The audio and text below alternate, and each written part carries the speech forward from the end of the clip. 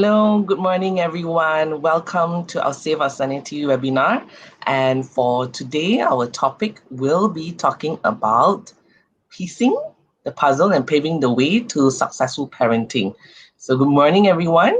Now, just to go through this as well, very quickly, as some of you here who would be probably new to People Hive, I'll just go through a really short introduction on what People Hive do. So my name is Chantal, and I'm the founder and the MD of the People Hive Consulting. So just hold on a bit and let me show you on what do we actually do.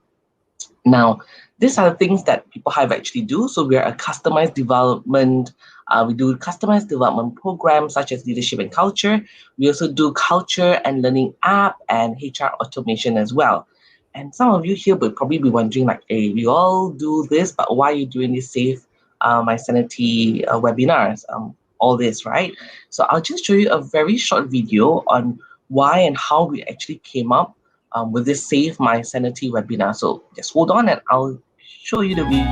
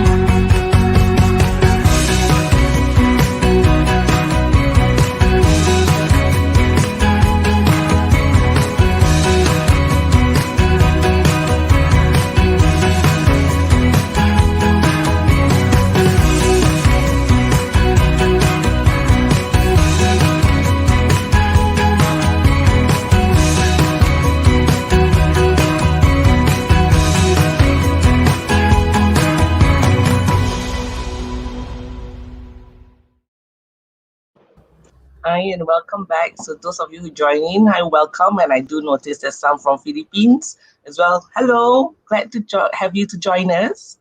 Now, today's speaker, she's Mei Liu. Her name is Mei Liu. She's a clinical psychologist, right? I'll just introduce her a little bit. She has a master's in clinical psychology, and her expertise is in family therapy and parenting. So for all the parents here, ask any questions that you want, all right? And we will try to answer as many questions as we can for you today. And something about Mei Liu as well, she's a certified mindful parenting instructor as well. So let me bring on Mei Liu to come in. Hello. Good morning. Thank Good you for morning. having me. Thank you for doing this for us. I mean, to give back to community. And I know you're very busy, so thank you so much for spending your time with us. Thank you, Chantal, for inviting me. I mean, thank you each other. Now, so to all the viewers as well, I don't want to waste so much time because I want you to get as much as possible from Mei Liu. Yeah. What I will do is that I'll tell you about how we're going to ask questions. So there are a few ways that you can actually ask questions. Is that you can actually type in to the post, all right, in the comments. So you can type in your questions here. Now, those of you who were shy, I will be putting up an anonymous poll. Let me see the about where you can a Slido, right? So you can actually type in your questions as very anonymous, and we will answer your questions from there. Now, we've already got quite a bit of questions there from some people as well.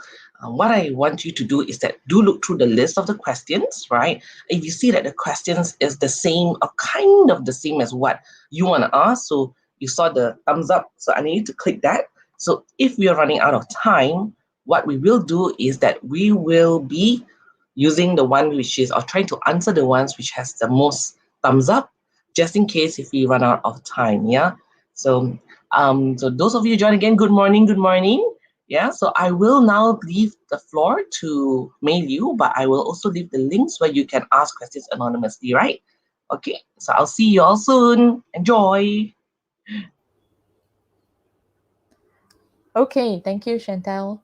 Good morning, everyone. I'm May from Malaysia. If you are from other country, welcome to join me.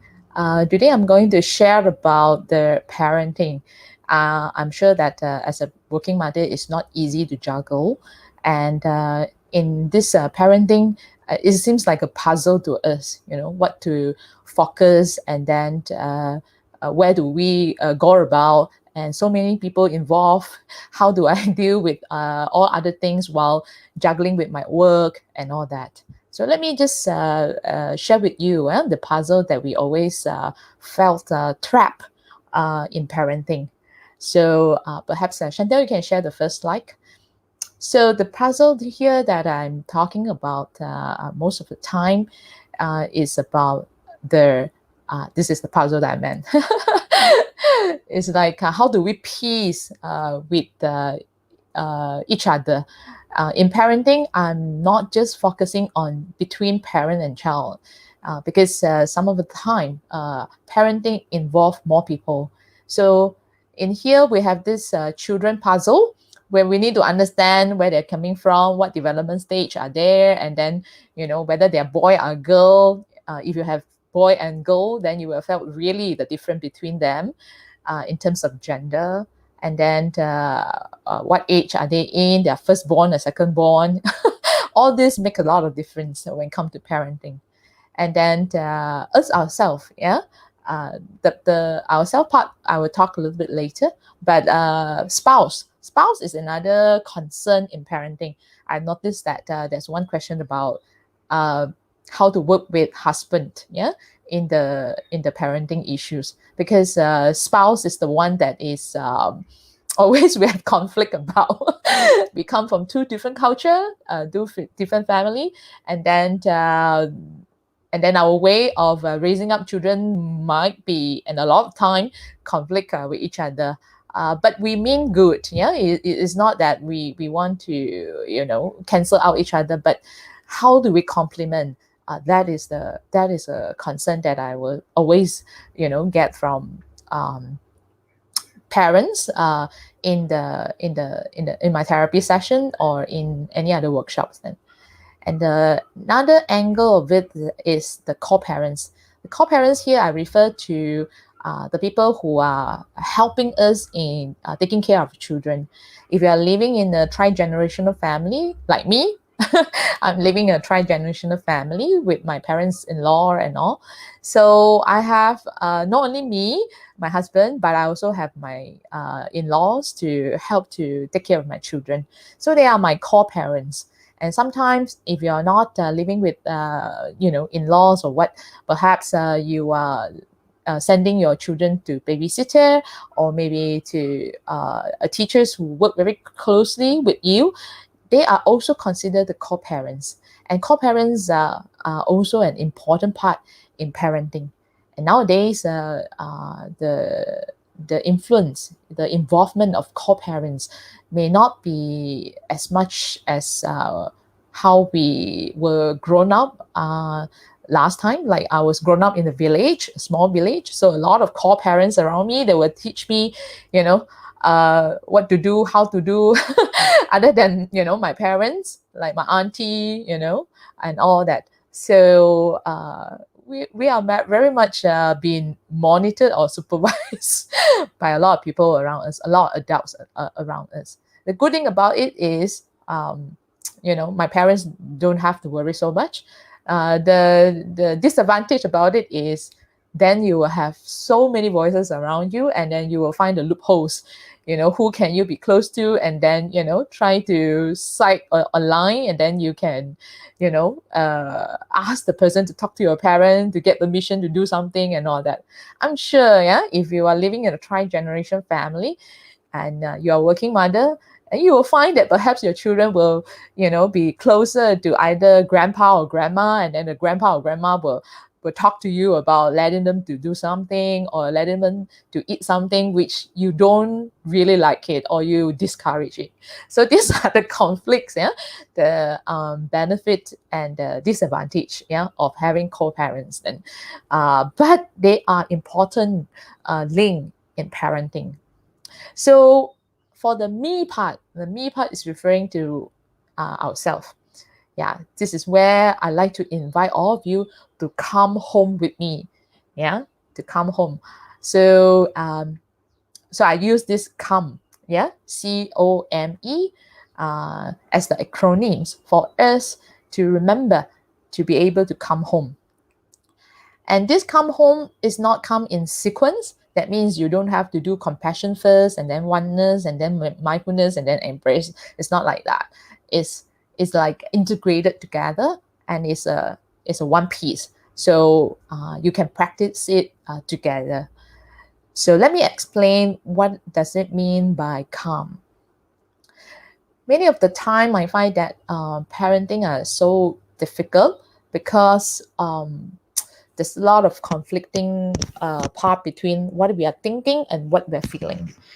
Like on one hand, we're feeling pity, the children, they are always at home, or maybe they are so much homework or other things to do to juggle. I mean, like other than homework, they maybe go for any other activities, and then they are also having perhaps tuition or activity to practice at home. So at one thing we pity them, or maybe not to say pity, but we feel want to care for them. We allow them to rest. We allow them to play. But on the other side, our mind will tell us that no, cannot play too long, or like cannot be too relaxed. Must keep them back. So the mind will keep asking us to do something, maybe restraining. We let them play, but we restrain. So we always have this kind of conflict, yeah, the mind and the heart, and it's not very easy to align with the two part of them. This is where that we need to be able to be in touch back with ourselves. Then, so when you find yourself being in not an alignment between your mind and your heart, this is where you need to come. First is to practice the compassion. Compassion, I think if you have attended Sister Mian talk before, organized by Chantel as well, she mentioned a lot about that. I think parents, the first person that we need to care is ourselves then. And whenever I talk about compassion, it's not like letting you to just do nothing and then just sleep the whole day, or like just do whatever that you like.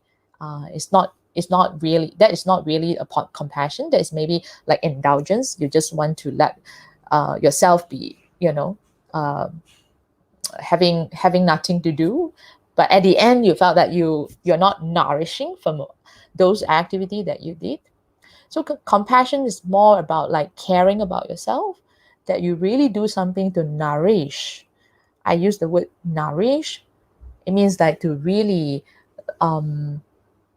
let yourself to have the nutrient to develop, to grow, or maybe to feel that you are able to synchronize better with whatever that is going on then. And this comes with kindness and gentleness. We can have self-care, but at the back of our mind, we tend to have this, reminder or maybe harsh word that keep telling ourselves that you better do, get up and do something now, or like you shouldn't be resting too long. Those kind of voices are very harsh sometimes.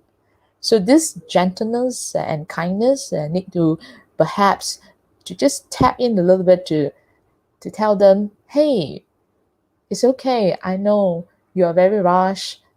Let us be present for a while. I can come back. I will come back.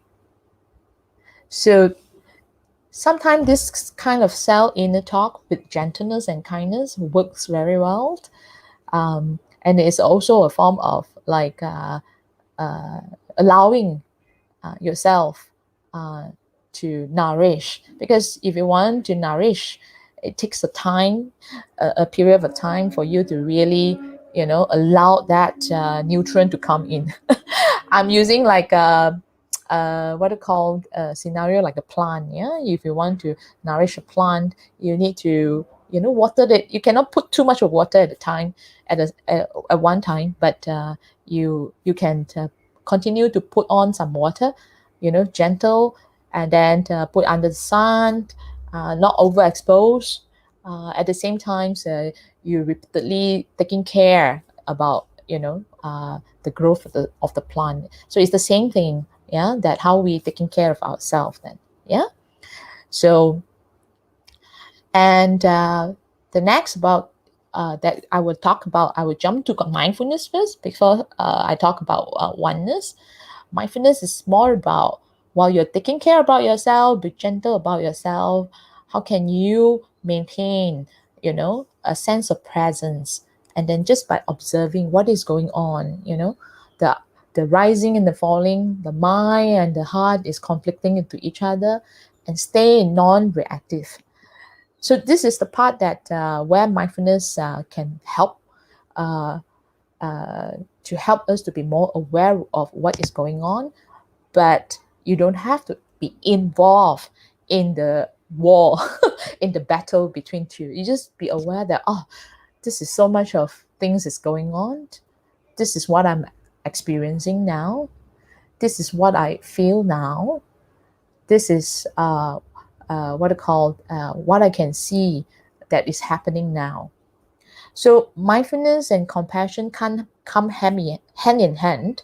That while you're observing, being present, and stay non-reactive to what is happening, the insight, this is where the kindness and gentleness can come in to help yourself to say that it's okay, just allow this to happen, and let me take care of myself, and let me rest, or let me continue to embrace, uh, to feel that this wholeness of myself. So this oneness and embrace is what I'm referring to. When we are observing, when we are being gentle, we will felt the wholeness of ourselves, like, oh, no wonder I'm so easily fall into the habitual energy of wanting to react, wanting to shout, wanting to get angry, you know, because I can see it's so busy, the mind and the heart are so busy of trying to, defend to each other. And then I can really see that this two part of me felt hard to come in one piece then. So you can start to accept that, it's so hard for me. And hence from there, you can empathize yourself. Yeah. That I really need to perhaps allow myself to care for myself, yeah, to really sit down or really take a good rest, yeah, don't feel guilty about taking a rest, that kind of thing. And also starting to accept that, yeah, this is where I talk about embrace, to accept that I'm still learning, I'm still having this struggle, but I'm still learning, yeah, and to trust that this process, or to trust that this is a process. This is not the end. This is not the outcome. Any outcome, if you can see, that is an opportunity for us to continue to learn and to grow. We can turn the outcome into another process. So this is where we need to also trust that ourselves, that despite we are having this kind of struggle and all that, we can trust that there's something in us, like allowing how we take care of ourselves, how can we stay present, will help us to move to the direction we wanted, or to the direction that we desired. And if I'm talking this in parenting, that means to move to the directions of the parenting that you want. Like you want to be a caring mother, or maybe a less angered mother, or you want to be a more organized mother, something like that. So I felt that this part, the calm, uh, is the part that we need to uh, keep coming back to help us to develop the oneness, the inner congruence.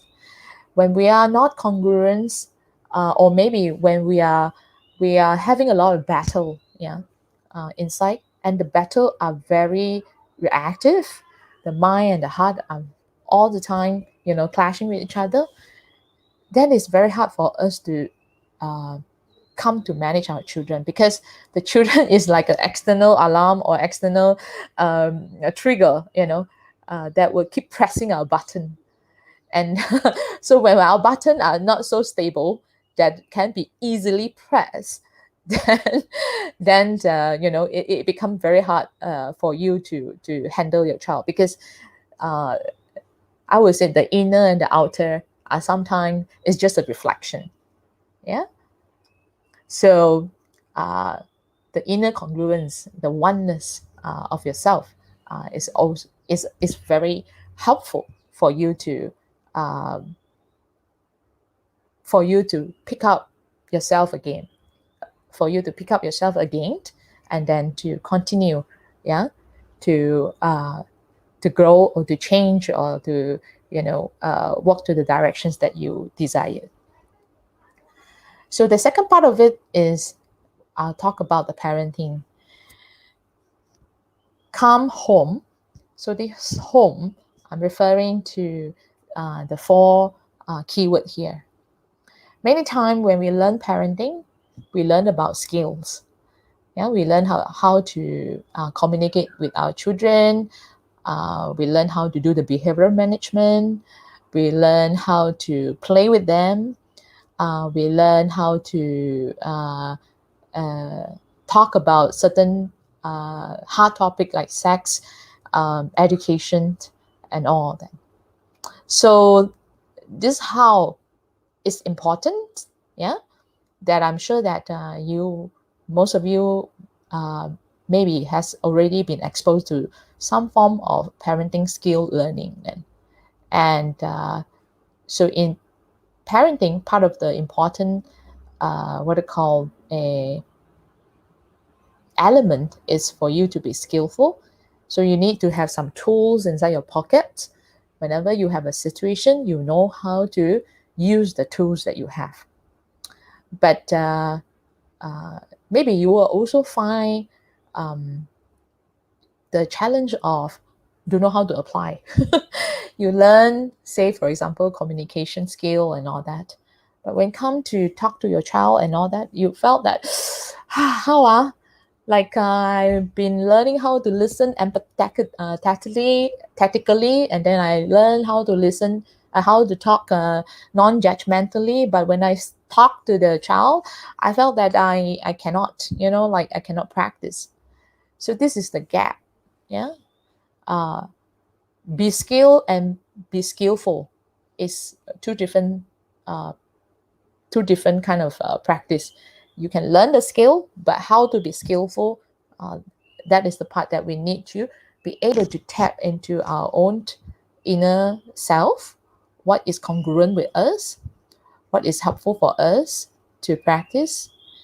And be skillful means that you also need to look at what is the realistic part, and then what is the, I put here ecosystem. Yeah, what is the family culture that you are living in then?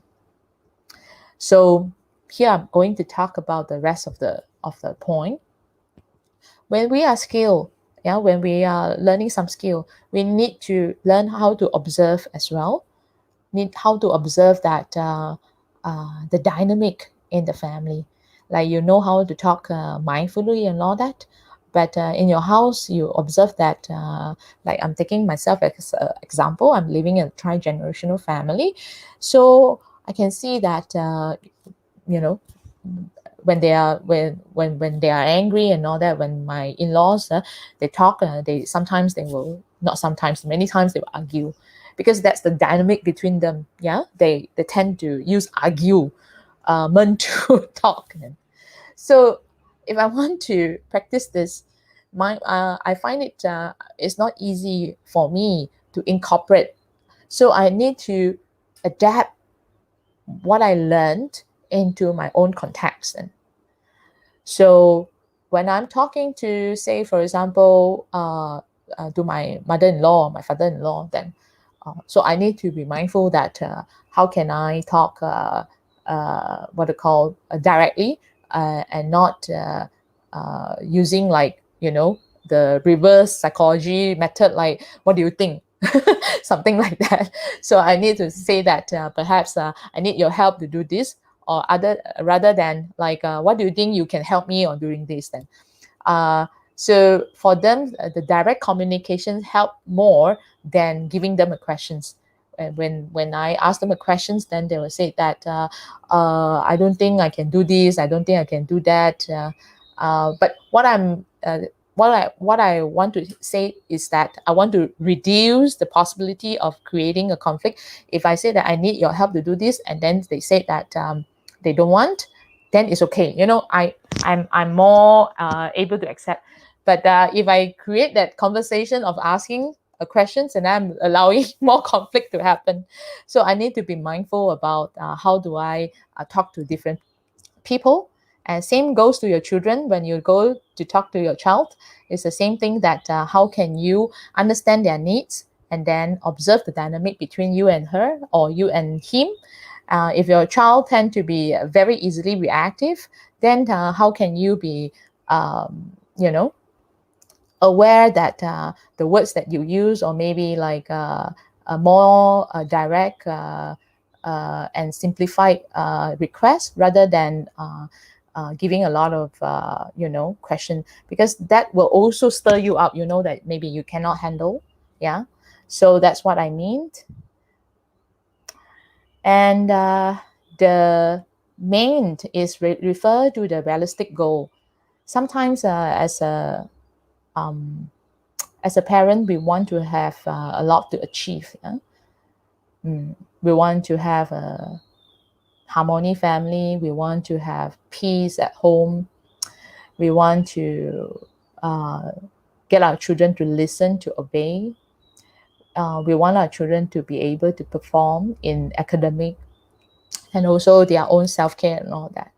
So there's a lot of goal that we want to achieve. Man. But what are realistic goal that can be helpful? Uh, then will need you to really look at your own situation and how to prioritize what can be done first. Then. So the goal need to be realistic, and then and need to be prioritized. What is the need first?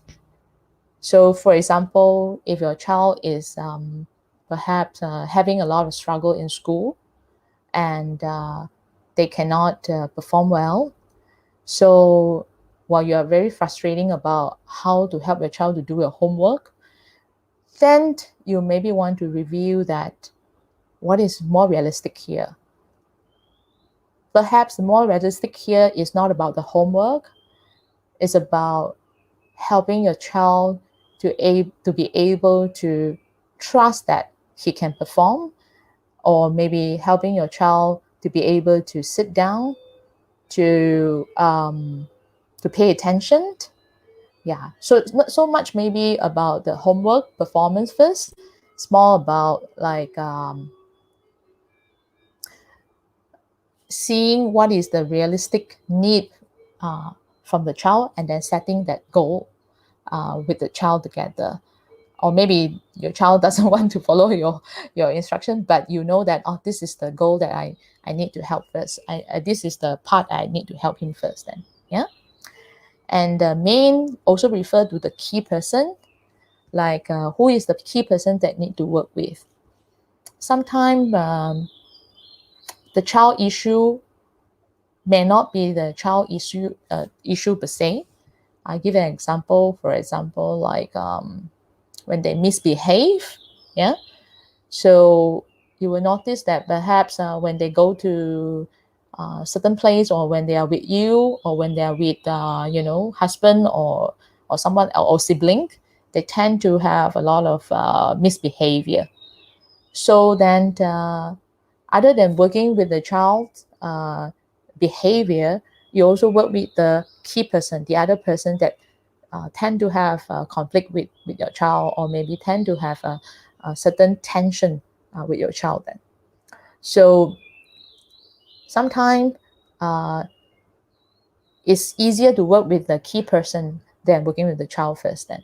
But sometimes it's easier to work with the children than the key person, because if the key person is someone that when we have a difficult relationship with, then it's harder.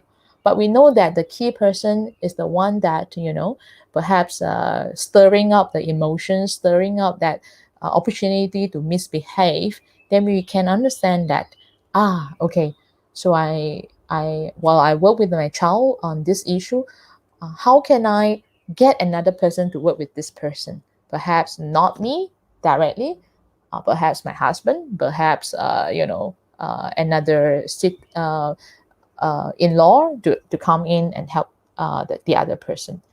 So in parenting, I think this is one of the link that we always miss. Yeah, who are the key person that we need to work with then.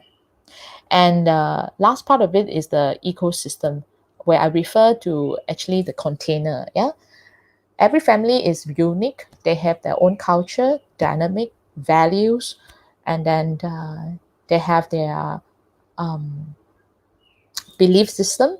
Yeah, and all that. So their atmosphere between the family members are also very different from one to another. When you are with your, husband and children, and when you are with your in-laws or with other family members together, you will find yourself that we are acting differently then. So we need to look at the family culture. How can we apply our skill into that culture itself? And then what is the house environment then? So this house environment refers to the physical environment that we are living in. Sometimes when you are living in a flat or in a small apartment, that small space sometimes will um, or small space with a lot of things that also will not be helpful for us to do a lot of parenting work. So sometimes we can start by cleaning up the house environment to allow some space for our children. That will be helpful in terms of parenting. So these are a very physical thing that we can do.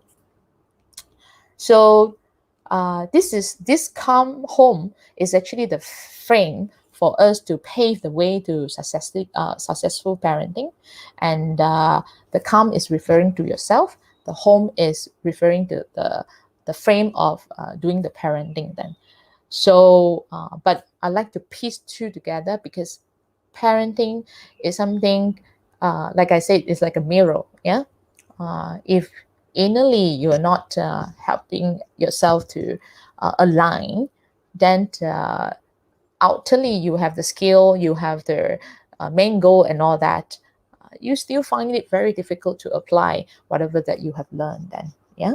So so I will say that it has to be, come hand in hand. Perhaps if you want to start, you can start with coming home to your own self first, then only focusing much on the children. So when you are able to address your need, then the parenting part will be slightly more easier for you to handle. Yeah. So I think that's the frame for here today that I'd like to share with all of you. Um, Thank you for the reminder, and also the sharing the slides and all. Yeah. No, no worries. I mean, because yeah, we will. All of us would agree that we need you to actually share with you a lot more, right? So the technical part that is at the back now. Maybe because I also hear from you, just to do a summary as well, is that basically for parenting is not just about just one way parenting, but it's about anchoring ourselves as parents to make sure that we are calm and at the calm, and then we can parent well, right? So that's basically what you're actually mentioning as well. So what we're gonna do now is gonna go through on some questions. So those of you who have any questions, please do type in your questions either in the Facebook or the YouTube, or you can be able to type it anonymously, right? So for now, I'm going to answer for some questions who have people have been already you typed in when you had registered. So this is one of the questions here, which is quite a little popular. Experts say children mimic adults. This means acting fast on what you are asked of if you want them to do the same. Now, how do you balance this with patience? How do you balance with teaching balance Patience. patience? Yeah. This is Perhaps teaching Chantal, you patience. yeah. Perhaps you can mute yourself a bit. I can hear the echo Okay, from my great. side. Thank you. Okay. Well, I'm still learning about being patient as well for your for your awareness. Yes. Uh, uh, how to balance this with teaching patients when you are acting fast on what you're asked of, if you want them to do the same then. Hmm. So I would say that uh, patience is not about what you say, it's about how you carry out yourself. Like, what do you say? And sorry, what do you do? What do you, how do you give time and all that? So I will say that in terms of acting fast, how can we be patient? I'm sure that when we want to act fast, there's a lot of things going on at the same time. But how can we aware saying that I'm now needing to do things fast, so please come with me together. When you are able to name this out, to tell them that I need this to be fast or I need to do things fast now, then it'll be easier for your children to understand that, oh, okay, mommy is rushing, or maybe mommy is doing something that I need to do fast now. So I need to, come together with her. So at the same time, you're also allowing them to know that your need. And so I would say that this is a form of demonstration of how can you label your own needs at the same time you are teaching about uh, patience in a way that you need them to cooperate or work together with you. Yeah. So, and patience does not mean that you need to act slow. Of course, a lot of times, yeah, that you need to give time. Yeah. So, what I would say here is that it's more about how you can uh, tell out or communicate out the need to each other. And I would say that when you tell out clearly, and then it'll be more helpful for the other part to learn that, okay, I can do this while I'm waiting, while or she need me to do this while she's rushing, or while she is needing me to act fast. She's not rushing me because she already tell me that her need is like this. Yeah. So I hope that I can, yeah, tap into what you are asking about. Okay, so I hope that answers the question for the person who actually asked this question, right? So next question is that okay, this one is okay, interesting. How do you talk to your 9 years old daughter who's curious about sex? Okay. So this is about the framer. Like we know that other than we need the skill of how do we talk about sex education, we also need to learn that what is the family environment or the culture that we are living in, and who are the people that maybe uh, that we need to work with together. So here mentioned is the 9-year-old daughter, so it's a female. uh, I think that in certain culture, like me, I talk about it to my daughter since like I think 4 or 5 years old. I teach her the body is your gift, that. So how do you take care of this gift, and and not simply expose the gift to others then. And when they are coming to 9 years old, I believe that is the developmental stage that they start to feel the body difference. Like some children nowadays, they develop a little bit faster, so they may feel that, "Eh, my body is different now." So if you are able to tap along with their current situation, that will be very helpful. And then also talk about the protecting what I call steps, how they can seek help and all. And I believe another part of it is like how do you talk to your other people in the house? Like perhaps you have if you have other children, yeah, a boy, or you have husband, how do they respect her body as well?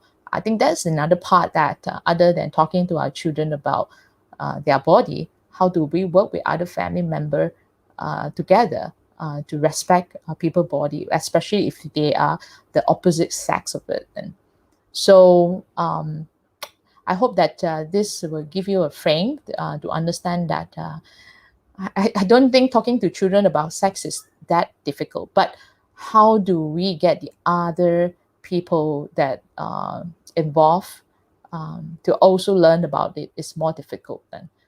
And yeah, and of course according to your culture as well, like what are the some cultures are very open, they can even take bath and take shower together, and then they learn about it. And some cultures not so open perhaps, so they have certain religion restriction or what, and so you have to perhaps look into your own context, what is comfortable, helpful.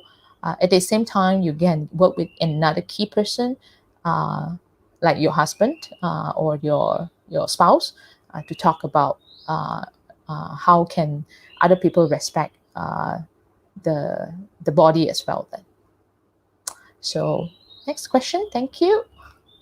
Okay, hope that answers the question. So it's about having the other people to co-parents or parents to also help out about this. Now the next question.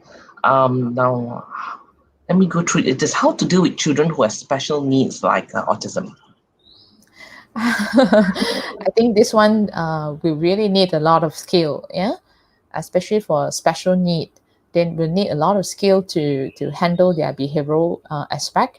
And if this parent you have what I call co-parents that work with you, or you if you are not a full-time working mother, then it'd be helpful for you to learn up the skill then.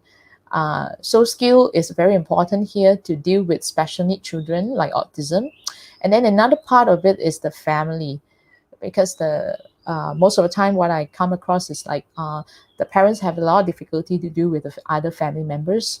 They don't accept the behavior, and then they don't recognize autism, and then they felt that you are spoiling the child, you are not doing as a good mother and all that.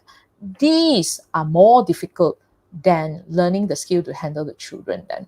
So I felt that this is where we need to get the key person like the spouse or other co-parent, if you have co-parent that work together with you, to help you to strengthen your your trust yourself, and while at the same time make a boundary, um, yeah, not to get overwhelmed by all those comments and all those stigma or words from other people then. Yeah. So I cannot answer specifically because this is a very general question. Yes, it's very, and also I think we're also running out of time in some sense as well. We don't have much time because it's 1 hour. Yeah, so we may not be so detailed, but what you can do for the viewers as well, maybe you actually have a support group. She has a Facebook support group for mindful parenting. So I will share that later, right, in the in the comments, where you can actually join in as well, and to maybe also to see on what are the things that you can also learn from that, right? So next question we have, this is quite general as well. Respect and obedience to elders used to be expected of kids. Now it seems the roles reversed. What happened? Yeah, I suppose this is in a tri-generational family perhaps. Or maybe if you're not, you have to have close contact with the elderlies and all that. Okay, this is where I talk about the culture that is very important to to be considered in our parenting approach as well. Some culture, the hierarchical order are very important. Uh, Now, like to differentiate the Western parenting style and the Eastern parenting style. In Western parenting style, most of the time is very child-centered. That means that they they focusing on the child's need more. But in Eastern or maybe the Asian culture, we are a collective community, so we pay attention to the collective needs. Like say, for example, to maintain the respect and all that, to maintain a good relationship. So in here, you need to maybe be aware about, how do you mix the East and the West culture in your parenting. Because when we are too much, what to call, exposed to the Western, or not to say Western, but or I would say that the child-centered parenting skill learning, then you will find a lot of conflicts. I don't know how to apply those in your context. Yeah, like child-centered parenting style, they maybe will ask the child or will teach you to how to make boundary, how to perhaps look into the child's need and then provide accordingly. But maybe it's um, not so helpful into certain contexts. And so I would like to highlight these two uh, kind of different culture that maybe we need to integrate a little bit. Yeah, when after you learn the parenting skill and all that, how we still need to adapt to our own culture then. Yeah. Okay, thank you. It's interesting because it's globalized as well, right? So we got a lot of different cultures and we see on different things, and yeah, so that's a really good point. Thank you. I will now quickly going on to the next question. Here, my 4-year-old boy would have sudden cry spells. We also find that he has difficulty dealing with his emotions. Is this a phase or should we see a child counselor? Hmm. So this is a young boy into the stage of what we call the egocentric stage. That means that they are very much about themselves, and they this is a stage where the emotional brain, yeah, we have this frontal emotional, which is the middle brain. So this is a stage where the emotional brain is developed very fast at this time, from the age of 3 to 6 years old. So it's very much easy for them to react strongly to a lot of things. Then the crying spell, most of the time, is a form of message or trying to send to you. Either they are in a fear, or they are in a anger, or maybe they are in sadness. Yeah, there's so forth and so on. Then and you also find that he has difficulty dealing with his own emotion. Of course, they are in the stage of the fast development of their emotional brain, so that you will definitely not to expect him to be able to manage his own emotion, because he is also very confused of what is going on. And this is the brain model. I like to just use borrow Dan Siegel teaching about brain. So this is the frontal, where we reason and we know how to control and we know how to make decision. And this is the center, what to call, middle brain, yeah, the emotional brain. So when they are in the fast development stage itself, the frontal is yet to develop.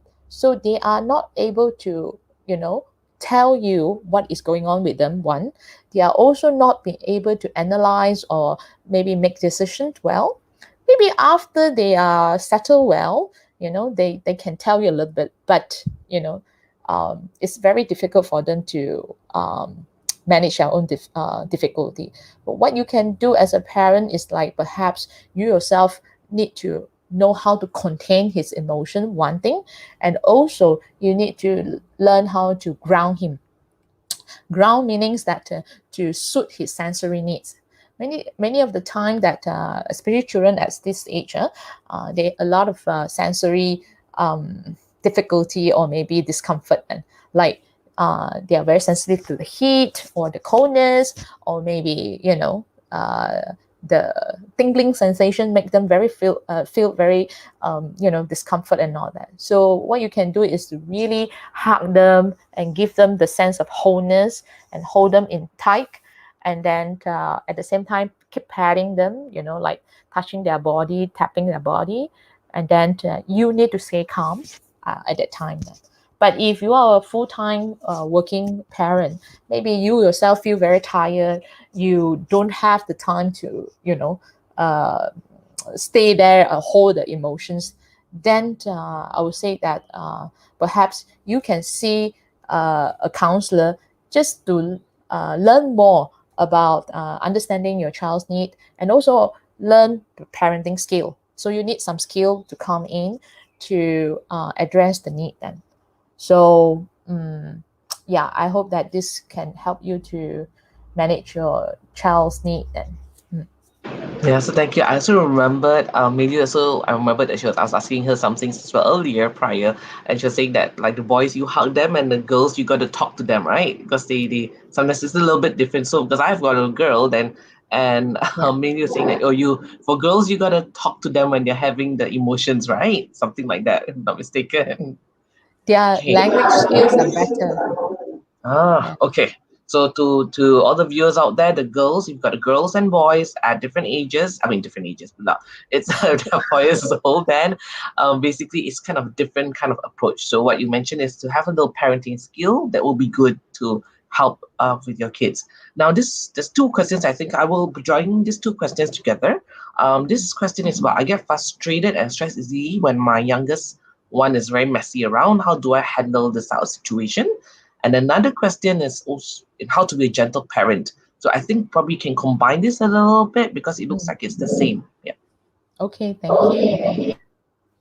So I think that how to be a gentle parent at all time. I think that all time is very stressful. We really need to how to be realistic like I said, yeah, be realistic to understand that our emotions or our be I mean ourself is like a up and down wave like that. Yeah, to be able to be stable and gentle at all time is very difficult then. It's not realistic as well then. So perhaps at most of the time like you want to rephrase it then.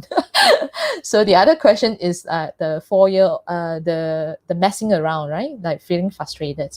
So I guess this will refer to back to the calm, yeah, the COME, that how do we be able to take care of ourselves.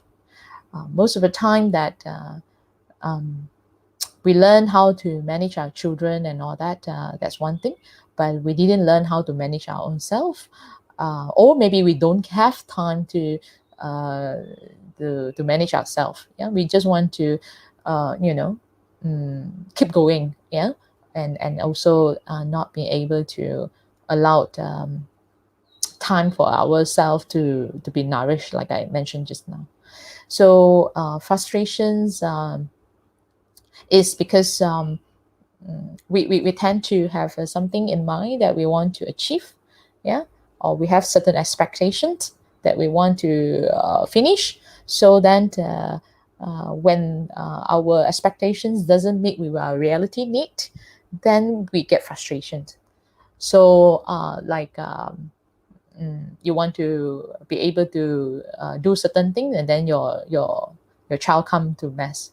So I think first of all what you can do is to really be able to be mindful about this situation, that some of the time I mean, or most of the time we can't control the outside thing, but what we can do is we can manage our own inner self first, like how can we take care of our own frustrations. Like if you want to try this, you can do the inner self talk, like, hey, I know that you are very frustrated because you wanted yourself to finish this at this time. It's not easy for you. I can really see that you are trying hard then. So if you are able to be self kind at this time, it'd be very very helpful. And then after that, you can handle the situation say, redirecting the youngest one to do something else, or getting a co-parent to help, or uh, you can either stop doing your your current thing, if you can't. If you can't, then it'll be difficult then. Yeah. So these are some of the Some things that tips. you can, yeah, need to come home to yourself first. Yeah. Okay. Okay, so those hopefully they answer the question. So the next one is that this question: what to do if you and co-parent are unable to agree regarding a decision affecting the children? And also, I think in a way there is another question here that could be linked as well by your answer. What to take when the first time mommy, and how to work with hubby in parenting? Because I know this is about how to work with others. It could be the husband or also the co-parent, and also on regarding a decision affecting the children who are unable to agree. Yeah. Um, First of all, we need to bear with the frustration. And before we come into complimenting into each other, gap, we were still wanting to conflict and collude with each other. Yeah, we cannot find the gap to fit in to complement them. And so this is the part that we need to be realistic about. There will be a time of frustrations and very stressful time for you to find a way to fit into each other gap. Yeah, for first time parent, or if you're not first time, maybe you have other co-parent. And of course, other than being aware about the period of frustrations, keep on communicating is very important. Although some people will say that, no use lah, or you already say so many times, he also do something like that, and he doesn't agree with what I say and all that. This is this is very much that our mind want to jump into the conclusion and saying that this person is not helpful at all, or this person is cannot work together with. So we want to also be aware that we are jumping into conclusions like this. Of course, we will acknowledge that this person is very difficult. So what we can do is we can find some other thing that you can work with the person. So we try to perhaps smartly avoid certain situation to deal with that person. Then, if the co-parent that is co-parent, either the spouse or the other person, are not able to agree, then how can we find a way to complement to each other? So you take a step forward, or I take a step backward, or something like that. And so the keyword is to complement. It's not that to get you to agree to me or I agree to you, something like that.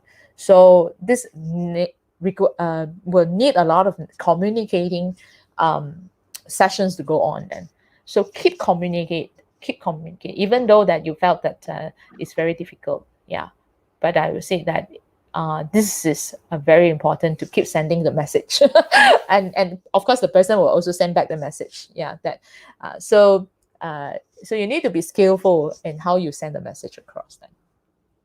Okay, thank you. So we kind of a bit overrun on our time as well. So what I will do is that we probably take about probably there's one more questions. I tried to put it in together, right?